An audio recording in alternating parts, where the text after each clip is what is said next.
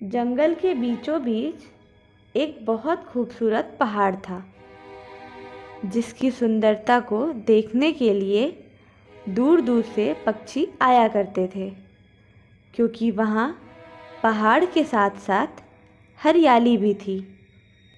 वहीं पर एक ढाबा था।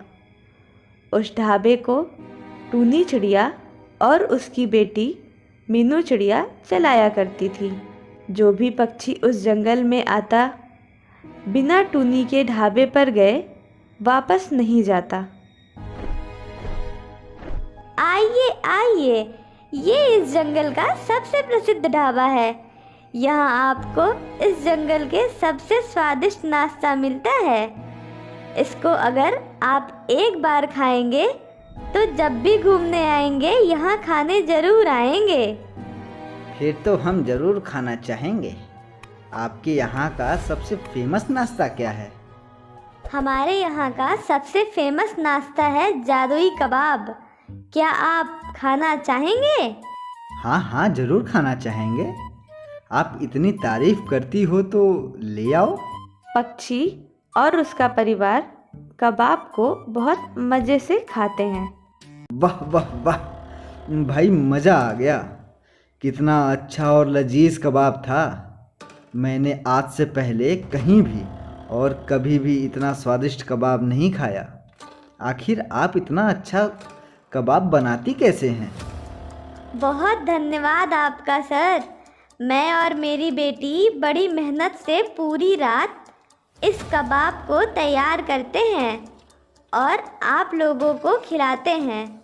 इसीलिए तो इसका नाम जादुई कबाब है। अगली बार मैं जब भी आऊँगा ये जादुई कबाब ज़रूर खाने आऊँगा आपके यहाँ। इतना बोलकर वो पक्षी अपने परिवार के साथ वहाँ से चला जाता है। ऐसे ही टूनी का ढाबा उस जंगल में बहुत फेमस हो जाता है और पक्षियों को बहुत पसंद भी आता है। टूनी के ढाबे के सामने ही एक और ढाबा होता है, जिसका मालिक कालू टूनी और उसकी बेटी से बहुत जलता है, क्योंकि सस्ता भोजन देने के बाद भी उसके ढाबे पर कोई नहीं आता।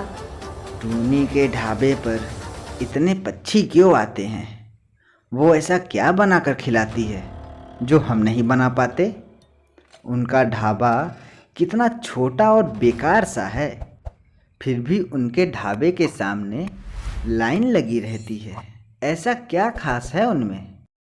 मालिक, मैंने सुना है कि वो एक स्पेशल तरह का कबाब बनाती है, जिसका नाम उन्होंने जादुई कबाब रखा है। वो हम नहीं बना पाते और उसकी रेसिपी टूनी चिड़िया किसी को बताती भी नहीं है। पता नहीं क्या डालती है उसमें, लेकिन वो सच में मालिक जादुई कबाब लगता है, बहुत लाजवाब और लजीज। बस अब चुप कर। तू उसके यहाँ नौकरी करता है या मेरे यहाँ, जो उसकी तारीफ़ों के पुल बांध रहा है मेरे सामने? चल जा, अपने कबाब पर ध्यान दे। बड़ा आया बहुत अच्छा कबाब बनाती है। लेकिन कालू के दिमाग में टूनी की रेसिपी का पता लगाने का विचार आता है और वो सोचता है कि क्यों ना रात में जाकर देखा जाए कि टूनी और उसकी बेटी कबाब में ऐसा क्या डालते हैं जिससे उसका कबाब इतना स्वादिष्ट होता है। आज रात को मैं पता लगा कर रहूँगा कि आखिर ये अपने कबाब में ऐसा कौन सा मसाला डालती है जो मेरा कबाब फीका लगता है लोगों को। इसके बाद कालू रात होने का इंतज़ार करने लगता है। चलो, रात हो गई है, चलकर देखता हूँ कि टूनी चिड़िया और उसकी बेटी कबाब कैसे बना रही हैं। अब तो सब सो गए हैं, किसी को पता भी नहीं चलेगा। जैसे ही कालू टूनी के ढाबे पर पहुंचता है तो देखता है कि दोनों मिलकर मसाला तैयार कर रही थी। मसाला तो मैं भी यही इस्तेमाल करता हूँ जो ये कर रही हैं, तो इसमें क्या अलग किया इन्होंने? देखता हूँ किसका गोश्त बनाती हैं ये। तभी बहुत तेज आवाज़ के साथ टूनी और उसकी बेटी दूसरे कमरे की ओर चल पड़ते हैं। कालू उनकी दूसरी खिड़की पर जाकर देखता है कि उन्होंने जंगल में रहने वाले एक शराबी पक्षी को बांधकर रखा हुआ है और अचानक वो दोनों एक भयानक चुड़ैल का रूप ले लेती हैं। तुझे मरने की ज़्यादा जल्दी है ना, इसीलिए तो इतना शोर मचा रहा है। रुक, अभी बताते हैं तुझे। हे भगवान, इतनी भयानक चुड़ैल कौन है और टूनी और उसकी बेटी कहाँ गायब हो गई? तभी टूनी और उसकी बेटी उस शराबी को मार डालते हैं और उसका खून पीने लगती हैं। अब आई ना राहत। हाँ माँ, अब बाकी का काम और फुर्ती से कर पाएंगे हम दोनों, वरना तो मसाला तैयार करते करते मेरा तो खुद का मसाला निकल रहा था। अरे ये दोनों तो चुड़ैल हैं, उन्होंने उसे मार डाला। कालू ये नज़ारा देखकर चौंक जाता है और उसके पैर लड़खड़ाने लगते हैं। फिर किसी तरह खुद को संभालता है और वहीं सावधानी से छुपकर देखता है। माँ, चलो इसका गोश्त निकालकर मसाले में मिला देते हैं, फिर से कबाब बनाना होगा ना। हाँ बेटी, चलो, तभी तो कल लोग खाएंगे टेस्टी टेस्टी कबाब। अच्छा, तो इसको ये जादुई नाश्ता बोलती हैं। पक्षियों के मांस से बना कबाब पक्षियों को ही खाने के लिए देती हैं ये। मुझे ये सब लोगों को बताना होगा और तभी उन्होंने शराबी को चुना होगा, क्योंकि उसके बारे में कोई पूछेगा नहीं। इसीलिए चुपके चुपके अपना काम करती रहेंगी। ऐसे तो ना जाने इन्होंने कितने पक्षियों को मारा होगा। मुझे यहाँ आने वाले लोगों को सावधान करना होगा। इतना बोलकर कालू अपने घर वापस आकर सोचने लगता है। हे भगवान, बेचारे पक्षियों को तो पता भी नहीं होगा कि इनका जादुई नाश्ता क्या है जो पक्षियों को मार के बनता है। पक्षी तो बेचारे ऐसे ही खा लेते हैं बिना सोचे समझे। क्या करूं?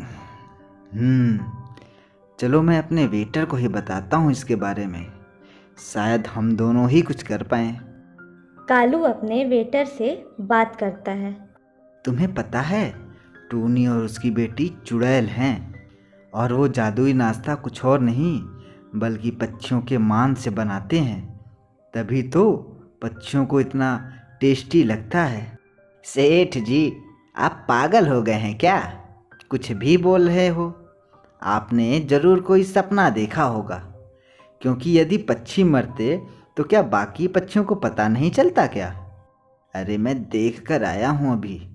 वो उन्हीं पक्षियों का शिकार करती हैं जिनकी खोज खबर लेने वाला कोई नहीं होता। मेरी बात मानो, हमें पक्षियों की जान बचानी होगी और सबको सावधान करना होगा। सेठ जी, यदि ऐसा है तो एक बार मुझे भी लेकर चलिए, मैं भी तो देखूं। ठीक है, चलकर अपनी आँखों से देख ले उन खतरनाक चुड़ैलों को। अगली रात को कालू अपने वेटर को लेकर चुड़ैलों के घर जाता है, पर इस बार चुड़ैलों को पता चल जाता है कि कोई उन्हें चुपके से देख रहा है, तो दोनों काम करने का नाटक करती हैं। बेटी, तू मसाला तैयार कर, तब तक मैं बाहर से गोश्त लेकर आती हूँ। ठीक है माँ, आप जाइए। तू यहाँ खड़ा होकर देख और बाद में मुझे मिल, क्योंकि यदि हम साथ रहे और पकड़े गए तो हम एक दूसरे की मदद नहीं कर पाएंगे। जी ठीक है, मैं यहीं रहता हूँ। और वेटर उनको वहाँ से देखने लगता है, लेकिन टूनी को वेटर की आहट से पता लग जाता है कि उसके घर के पास कोई है और वो चुपके से वेटर के पीछे भयानक चुड़ैल के रूप में पहुंच जाती है और वेटर को इस बात की भनक भी नहीं लगती। सेठ जी भी ना पागलों जैसी बात करते हैं। कहाँ है कोई चुड़ैल? टोनी की बेटी तो अभी मसाला ही बना रही है, लेकिन गोश्त तो दिख नहीं रहा, ना कोई आदमी दिख रहा है। ये तो लड़की है, चुड़ैल कहाँ है? गोश्त तो अब मिला है ना मुझे, तो तुझे पहले कैसे दिखाई देगा? मुझे माफ़ कर दो, मैं तो सेठ जी के कहने पर यहाँ आया था। मुझे माफ़ कर दो चुड़ैल, मुझे नहीं पता था कि तुम लोग क्या करती हो और मुझे इससे कोई मतलब भी नहीं है। चुड़ैल उसकी पूरी बात भी नहीं सुनती, बल्कि उसे मारकर अंदर ले जाती है। यही था जो हमें देख रहा था, आज इसी का कबाब बनाएंगे। ये सब कालू दूसरी खिड़की से देख रहा था और उसने ये सब फ़ोन में रिकॉर्ड कर लिया। ये मैंने क्या कर दिया? मेरी वजह से बेचारा वेटर मारा गया। मुझे उसे यहाँ लाना ही नहीं चाहिए था, पर इस बार मैं इन्हें नहीं छोड़ूंगा।